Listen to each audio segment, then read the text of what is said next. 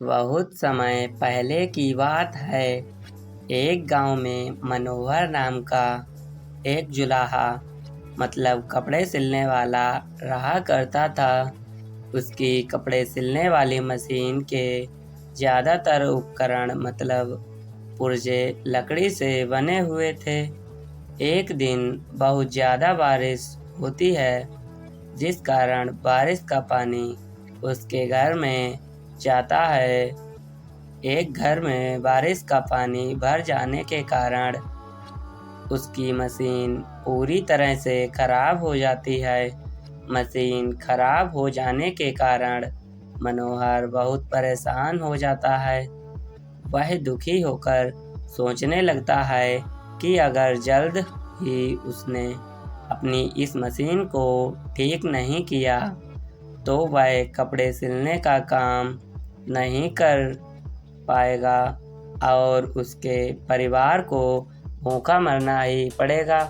यह सोचकर मनोहर जंगल जाने का फैसला कर लेता है ताकि वह अपनी मशीन को ठीक करने के लिए अच्छी लकड़ी काट कर ला सके।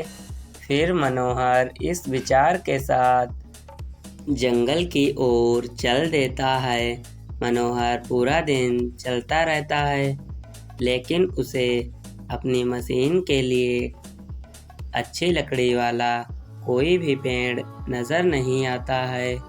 फिर भी मनोहर हार नहीं मानता है और अच्छे पेड़ की तलाश में आगे बढ़ता रहता है।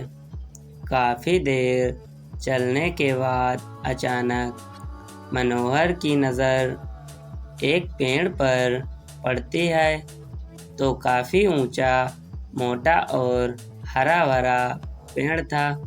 उस पेड़ को देखकर मनोहर बेहद खुश होता है और कहता है, हाँ, यह पेड़ काफ़ी अच्छा है। इसकी लकड़ी से मैं अपनी मशीन को फिर से ठीक कर सकता हूँ। इस विचार के साथ मनोहर एक कुल्हाड़ी लेकर जैसे ही पेड़ के तने पर मारने के लिए हाथ ऊपर उठाता है, तभी पेड़ की डाल पर एक देवता प्रकट हो जाते हैं। देवता मनोहर से कहते हैं, मैं इस पेड़ पर रहता हूँ और आराम करता हूँ, इसलिए तुम्हारा इस पेड़ को काटना संभव नहीं है, उचित नहीं है। वैसे भी किसी भी हरे पेड़ को काटना ठीक नहीं है। देवता की बात सुनकर मनोहर भगवान से क्षमा मांगते हुए कहता है, हे देव, मैं मजबूर हूँ, मुझे इस पेड़ को काटना ही पड़ेगा। इस पेड़ की लकड़ी मेरे मशीन के लिए उत्तम है और सारे जंगल में कोई भी लकड़ी उचित नहीं है। बहुत ढूंढने के बाद मुझे यह पेड़ मिल पाया है।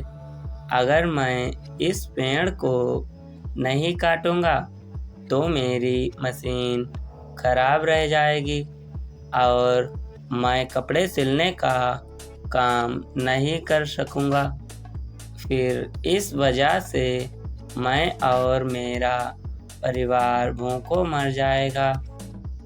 मनोहर भाई की बात सुनकर देवता कहते हैं, मनोहर, मैं तुम्हारे जवाब से खुश हूँ। तुम इस पेड़ को ना काटो। इसके बदले में मैं तुम्हें जो वरदान चाहिए वो मांग सकते हो, मैं भी दे दूँगा और तुम्हारी हर एक इच्छा पूरी करूँगा। मनोहर सोचने लगा, ये अच्छा अवसर है, चलो वरदान मांग लेता हूँ। देवता से वरदान की बात सुनकर मनोहर कुछ देर विचार करके कहता है, हे देव, मैं वरदान मांगने के लिए अपनी मित्र और पत्नी से राय लेना चाहता हूँ, इसलिए आप मुझे एक दिन का समय अवश्य दीजिए। मनोहर के इतने कहने सुनने से उनके आग्रह को देवता मान लेते हैं और उसे एक दिन विचार करने के लिए दे देते हैं। एक दिन का समय लेकर मनोहर अपने घर की ओर चल देता है और रास्ते में उसे उसका मित्र नाई मिलता है। नाई से मिलकर मनोहर उसे देवता के वरदान वाली बात बताता है। उस पर नाई मनोहर को एक राज्य मांगने की सलाह देता है। नाई कहता है कि तुम देवता से वरदान में एक राज्य मांग लेना, वह तुम्हें अवश्य ही दे देंगे। तुम उस राज्य के राजा बन जाना और मैं उस राज्य का मंत्री भी बन जाऊंगा। इतना तो आप मेरे लिए कर ही सकते हो। फिर हमें कोई कष्ट नहीं होगा और हम आराम से अपनी जिंदगी बिता पाएंगे। नाई मित्र की बात पर मनोहर कहता है, मित्र तुम बिल्कुल ठीक कह रहे हो। इस बारे में एक बार मैं अपनी पत्नी से भी पूछ लेता हूँ, फिर मैं देवता से वरदान मांगने चला जाऊंगा। पत्नी से राय मांगने की बात पर नाई कहता है, मित्र तुम्हारी पत्नी काफी घमंडी और मूर्ख है, इसलिए तुम्हें उससे राय नहीं लेनी चाहिए और उससे राय लेने की आपको कोई ज़रूरत नहीं है। स्त्री केवल अपने लाभ के बारे में ही सोचती है। इस पर मनोहर कहता है, मित्र फिर भी वह मेरी पत्नी है तो इतना तो हक उसका बनता ही है, इसलिए मैं उसकी राय एक बार लेना चाहता हूँ। इतना कहते हुए मनोहर अपने घर की ओर बढ़ चलता है और चला जाता है। घर पहुंचकर मनोहर जंगल की पूरी घटना घटी हुई अपनी पत्नी को बताता है। देवता से वरदान मिलने की बात सुनकर मनोहर की पत्नी कहती है, राज्य मांगकर कोई लाभ नहीं होगा।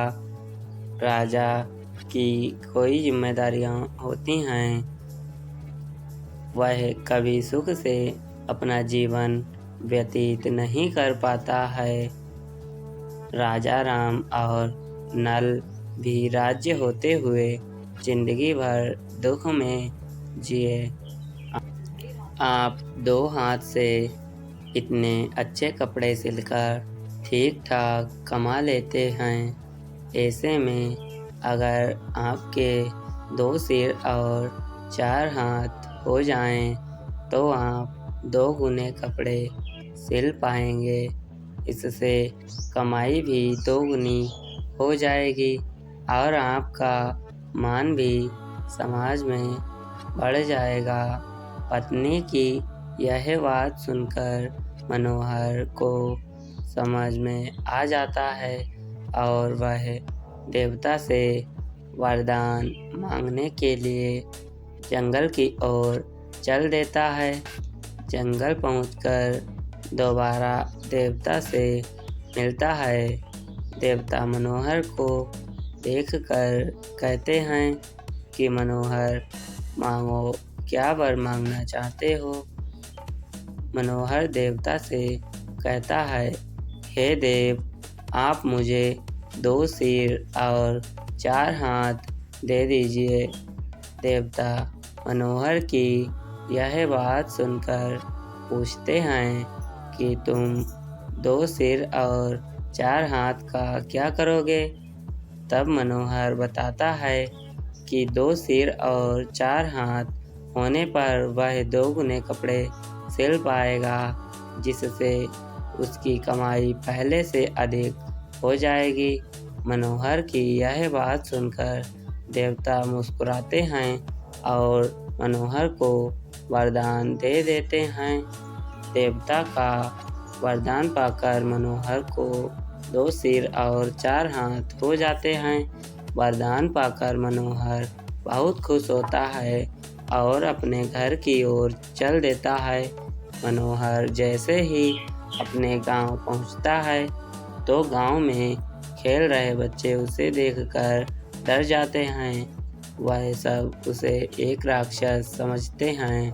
तभी कुछ गांव वाले हाथों में हथियार लेकर मनोहर पर हमला कर देते हैं और मनोहर की मौत हो जाती है। जब मनोहर की मौत की खबर मनोहर की पत्नी को होती है तो वह फौरन मनोहर को देखने वहां पहुंच जाती है।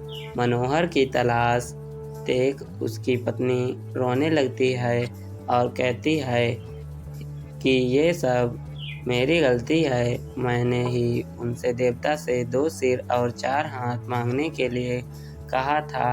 अगर ऐसा ना होता तो आज मनोहर को कोई राक्षस ना समझता और वे जिंदा होते।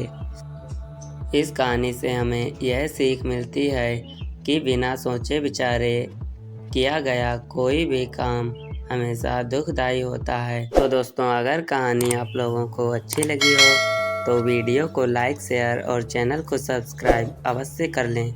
मिलते हैं फिर से कोई नई कहानी में।